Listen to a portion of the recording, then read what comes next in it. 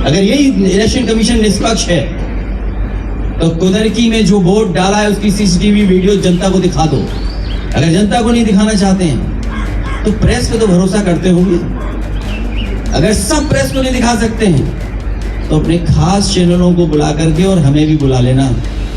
जब supreme court की proceedings live हो सकती हैं तो बंगाल के वोटिंग की काउंटिंग की सीसीटीवी क्यों नहीं दिखाई जा सकती, क्यों नहीं लाइव हो सकती है? जिनके पास कोई पावर नहीं है। इसलिए हम इस लड़ाई में आदरणीय दीदी के साथ हैं, क्योंकि लोकतंत्र को बचाना है। अभी तक तो हम ये सुनते थे कि जो आज बंगाल करता है वो देश कल करता है, लेकिन बीजेपी ने जो उत्तर प्रदेश में किया बेईमानी, वो एक ट्रायल था उनका, और उससे सीख करके पूरा का पूरा चुनाव उन्होंने लूट लिया। और भारतीय जनता पार्टी पावर के लिए, अपनी ताकत के लिए किसी भी सीमा तक जा सकती है। मैं अभी आदरणीय दीदी से मिलकर के आया हूँ। अभिषेक जी मेरे साथ हैं। हमें याद है जिस समय निष्पक्ष चुनाव हुआ, दीदी यहाँ की मुख्यमंत्री बनी, और आज हम लोगों को सबको मिलकर के जो इलेक्शन में बेईमानी हुई है उसके लिए खड़ा होना पड़ेगा। ईमानदारी से इलेक्शन जब हुआ, इलेक्शन कमीशन ने जब इलेक्शन कराया तो वो जीती। और इस बार जो मल्टी लेयर माफियागिरी हुई है इलेक्शन में, कोई कभी सोच नहीं सकता था कि इस तरह की बेईमानी Bharatiya Janata party, election commission, उनके संगी साथी, खुफिया लोग, अंडरग्राउंड लोग मिलकर के इस तरह का चुनाव करेंगे। अभी तक तो हम ये सुनते थे कि जो आज बंगाल करता है वो देश कल करता है, लेकिन बीजेपी ने जो उत्तर प्रदेश में किया बेईमानी, वो एक ट्रायल था उनका, और उससे सीख करके पूरा का पूरा चुनाव उन्होंने लूट लिया।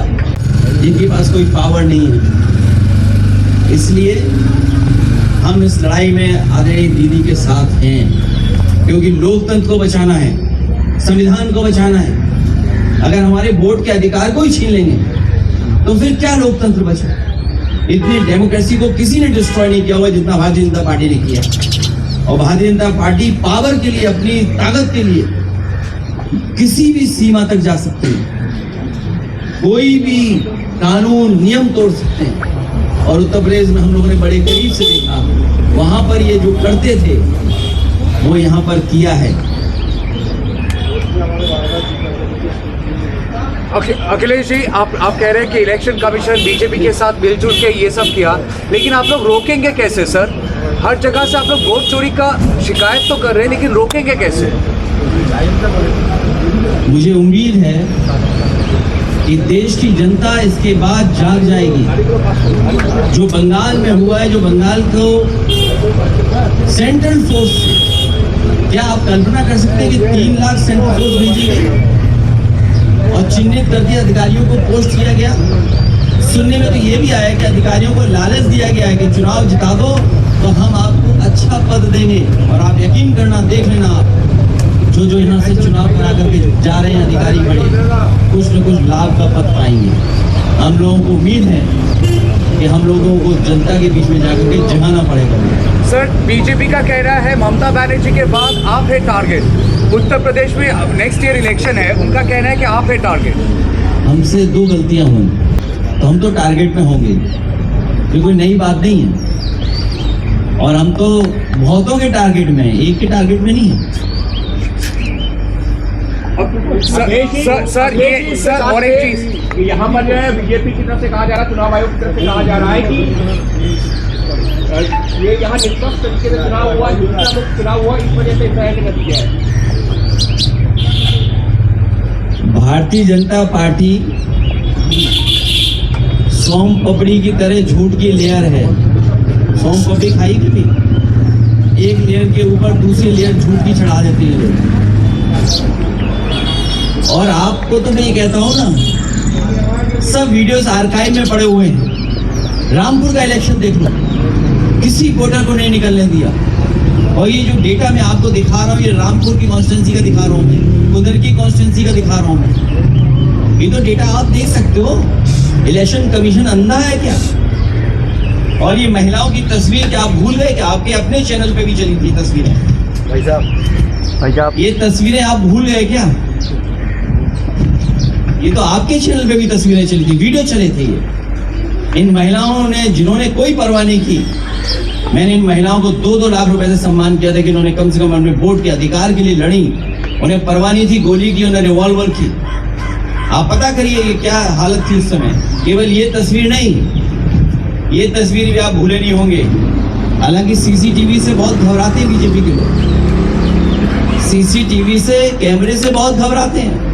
अगर यही इलेक्शन कमीशन निष्पक्ष है तो कुदरकी में जो वोट डाला है उसकी सीसीटीवी वीडियो जनता को दिखा दो। अगर जनता को नहीं दिखाना चाहते हैं तो प्रेस पे तो भरोसा करते होंगे। अगर सब प्रेस को नहीं दिखा सकते हैं तो अपने खास चैनलों को बुला करके और हमें भी बुला लेना। और फिर जब सुप्रीम कोर्ट की प्रोसीडिंग्स लाइव हो सकती हैं तो बंगाल के वोटिंग की, काउंटिंग की सीसीटीवी क्यों नहीं दिखाई जा सकती, क्यों नहीं लाइव हो सकती है? कम से कम जनता में तो संदेश जाए, जो लोकतंत्र को मजबूत होगा। अगर सीसीटीवी की जो फुटेज है वो अगर बीजेपी दिखवा देगी इलेक्शन कमीशन से तो शायद उससे लोकतंत्र और मजबूत होगा।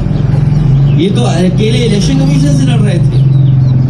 हमें तो यूपी में जो हमारा साथी कह रहा था टारगेट, उनके परिवार के लोग भी कई जगह बैठे हुए हैं, उनके बहुत सारे साथी सहयोगी भी बैठे हुए हैं। हमें सबसे लड़ना है, लेकिन हमें भरोसा है कि जनता ने जो बंगाल में देखा है, जिस तरीके का व्यवहार सेंट्रल फोर्स का, इलेक्शन कमीशन का, संघी साथियों का, इनके अंडरग्राउंड लोगों का, बीजेपी के लोगों का, उत्तर प्रदेश की जनता जागरूक होकर इनका जवाब देगी। आपको लगता है कि इंडिया अलायंस और मजबूत है?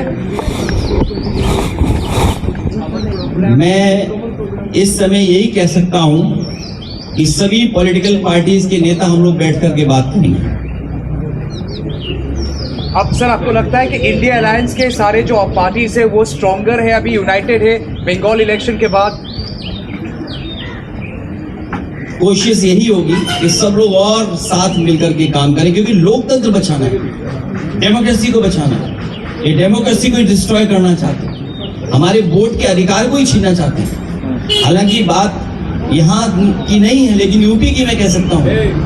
वो वोट छीन करके आम लोगों के और खासकर पीडीएस समाज के लोगों के अधिकार छीनना चाहते हैं। जब वोट छीनेगा तो सोचिए क्या अधिकार छीनेगा।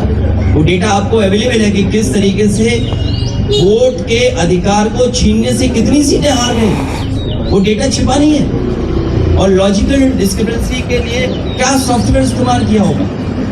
आखिरकार किसका सॉफ्टवेयर था वो? लॉजिकल डिस्क्रिपेंसी जो हुई है वो किसकी वजह से हुई है?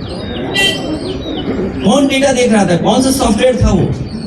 सर आप लोग पार्लियामेंट में इसको उठाएंगे? सर पार्लियामेंट में तो मैं कफन लेके गया था इलेक्शन कमीशन के लिए। अभी सर बंगाल इलेक्शन के बाद बिल्कुल उठाएंगे।